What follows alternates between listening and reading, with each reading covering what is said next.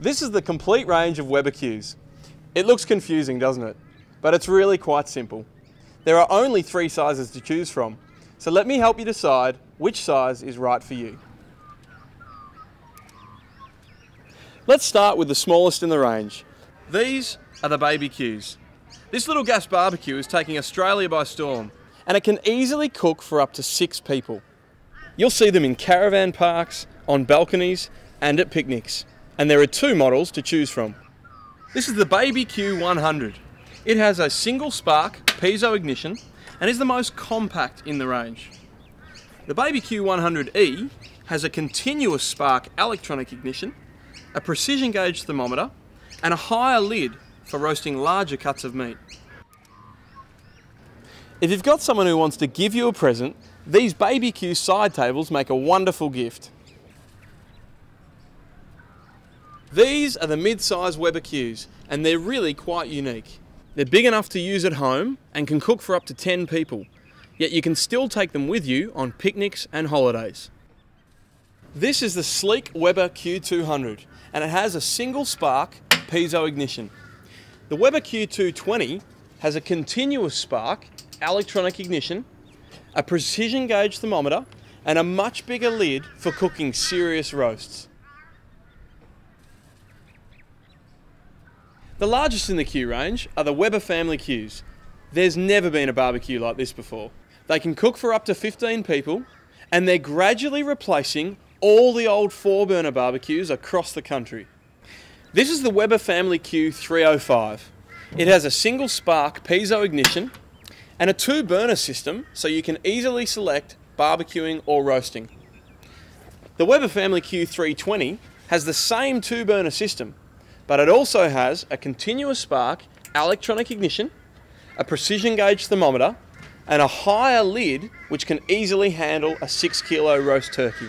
And for those who love traditional Australian barbecues, a hot plate is available as an accessory. So whichever Q is right for you, you'll be able to create the most amazing Weber meals.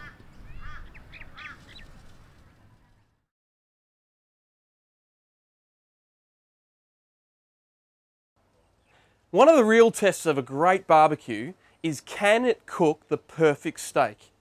And I can tell you this, the entire range of WeberBBQ barbecues is designed to do just that. In fact, people all over Australia are raving about WeberBBQ steaks. Preheat your barbecue on high with the lid down for 10 minutes. That'll get your grill so hot that it will brand your steaks perfectly.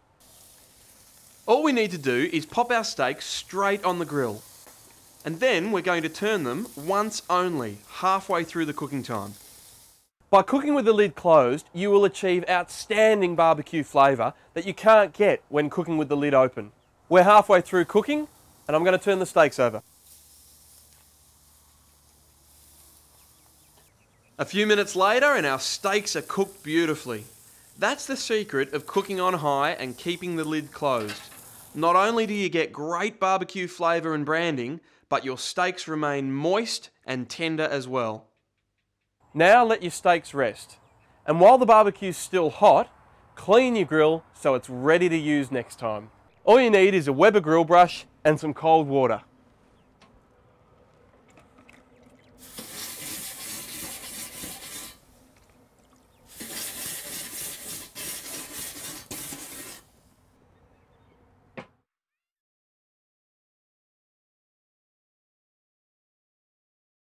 Roasting on your WeberBBQ is so easy, and no matter which model you have, you'll get fantastic results. Let me show you how to set up and preheat your Q ready for roasting. All you need is a roasting trivet and some alfoil. Place the alfoil directly on top of the grill and use the roasting trivet to hold it in place. Using a knife, cut slits in the alfoil to allow fat to drain away. If you use a baking dish, it prevents the air circulating all the way around the outside of the meat. But the worst part is the fat spits all over your barbecue, creating a terrible mess. Now it's time to preheat, ready for roasting.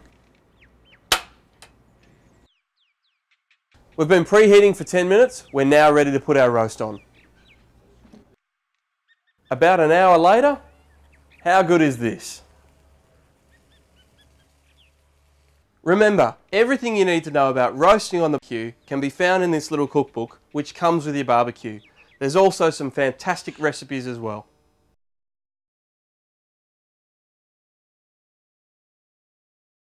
I want to show you the WeberBBQ pizza system.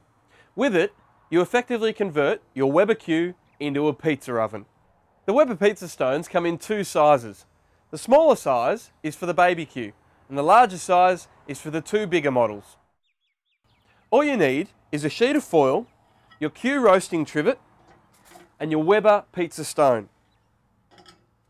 We use the roasting trivet to lift the pizza stone up so hot air can circulate all around it, heating it evenly. Now we need to preheat the stone on high for 20 minutes with the lid closed. What I like most about the Q pizza system is this tray. While your pizza stone is heating, you can prepare your pizza and have it all ready to go.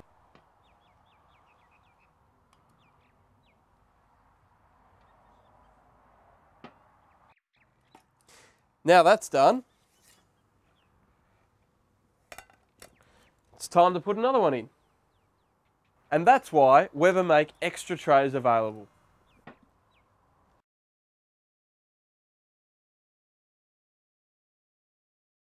One thing I know is a rack of crackling pork cooked on a Weber family Q is amazing. The look on your friends' faces as they bite into the crackling is a sight to behold. And the flavour, unbelievable. Let me show you how it's done. We're using a 2 kilo rack of pork. Have the pork skin scored right through the rind, but not all the way through the fat. Preparing the family Q for roasting is easy. You will need a roasting trivet and aluminium foil that is folded to produce a heat shield of double thickness between the grill and the base of the trivet. The double thickness creates an air gap between the two layers of foil, which assists insulation. With the foil in position, creates slits so the fat from the roast can drain away. When doing this, we're trying to make sure that the fat doesn't drip onto the grill bars but drops between them. This is to stop excess fat pooling and will reduce the chance of a flare-up. Preheat with both burners on high for 15 minutes. While this is happening, lightly coat the pork with vegetable oil and rub salt all over the skin into the score marks. After 15 minutes preheating, place the prepared pork on the roasting trivet and close the lid. Continue cooking the pork with both burners on high for the next 25 minutes. Do not lift the lid to see how things are going until the 25 minutes have elapsed.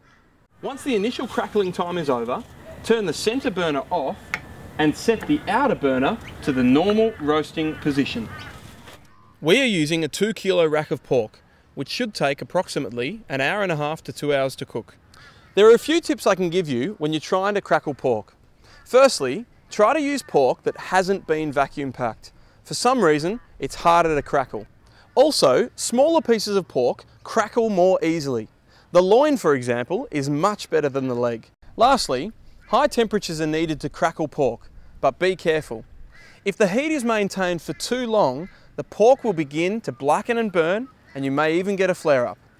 Now it's finished, let's have a look. How good is this?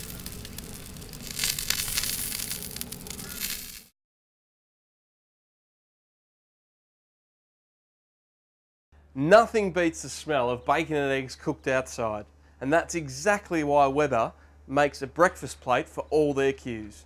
The only thing you need to do is make sure your breakfast plate is hot enough. To test it, just grab some water and flick it on the hot plate, and that's how it should be. See?